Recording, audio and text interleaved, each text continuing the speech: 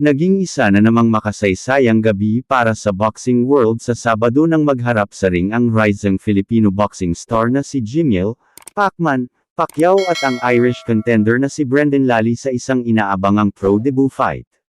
Matapos ang isang mahigpit at kapanapanabik na laban, nagwakas ang match sa isang draw decision, na nag-iwan sa maraming tagahanga at eksperto na pinag-uusapan ang performance ng dalawang boksingero. Mula sa unang round, ipinakita agad ni Jimmy Pacquiao ang kanyang agresibong estilo at mabilis na footwork, gamit ang kanyang malakas na jab at combinational punches upang subukan ang depensa ni Lally. Hindi nagpahuli si Brendan Lally, na ipinakita ang kanyang solid na depensa at kakayahang makabawi sa bawat round, na nagpahirap kay Pacquiao na makuha ang malinaw na puntos.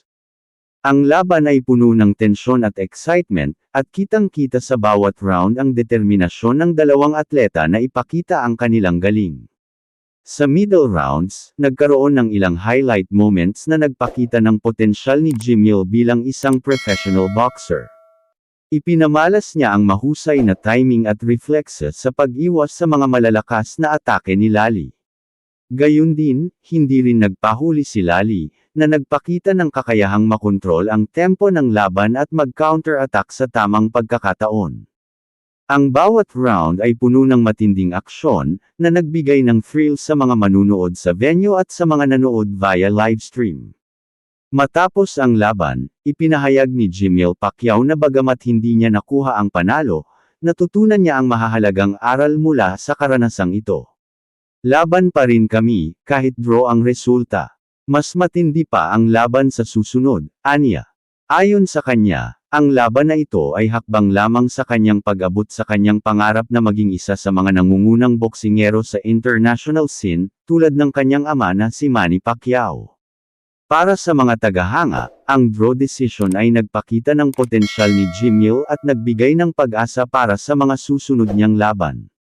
Maraming eksperto ang nagsabing ang batang Pacquiao ay may kakayahang makipagsabayan sa mas mataas na ranggo ng mga profesional na boksingero kung patuloy niyang pag-aaralan ang laro at pagbutihin ang kanyang estratehiya sa ring.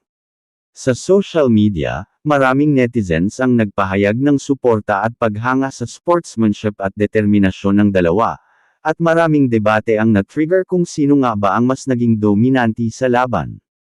What's next for Jimmy Pacquiao? Bagamat hindi nanalo, malinaw na ang pro debut ni Jimmy ay isang matagumpay na showcase ng kanyang kakayahan at potensyal.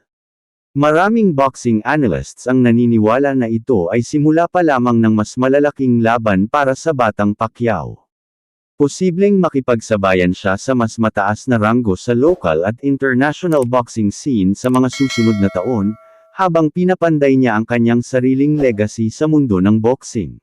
Ang laban nina Jimmy Pacquiao at Brendan Lally ay hindi lamang isang sports event, kundi isang inspirasyon para sa maraming kabataan na nangangarap sa boxing at sa iba pang larangan ng sports. Sa kabila ng draw, nanatili ang excitement at pangako ng mas maraming kapanapanabik na laban sa hinaharap.